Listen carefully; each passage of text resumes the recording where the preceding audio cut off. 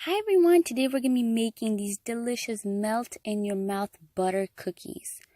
Really easy. As you can see, we just need butter, flour, cornstarch, powdered sugar, vanilla. That is it. So, creaming the butter at room temperature. We're going to beat this kind of to get it all creamy, and then we're going to, maybe for about a minute or so. So, make it creamy. We're going to add in the powdered sugar. Start out slowly because you don't want to have a white, fluffy kitchen.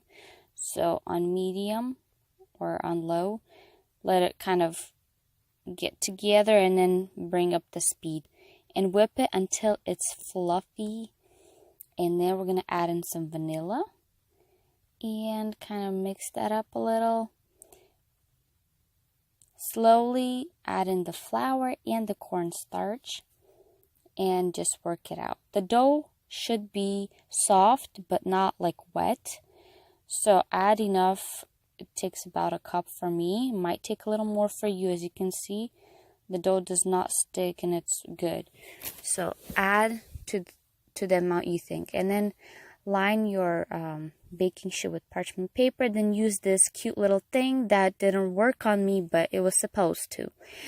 So it would turn out like one of those little rosettes or whatever it's called. So I made these flat cookies, which were very cool and stuff. It was awesome, but it was great.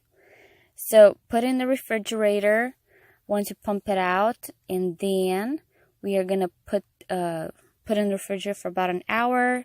Take it out. We're gonna put in the preheated oven, 350 degrees. And then, as you can see, I used a little fork to kind of make a little cute shape on them.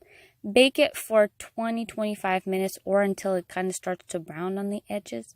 And that is it. Perfect, delicious, melt in your mouth. It's like really cool. Perfect.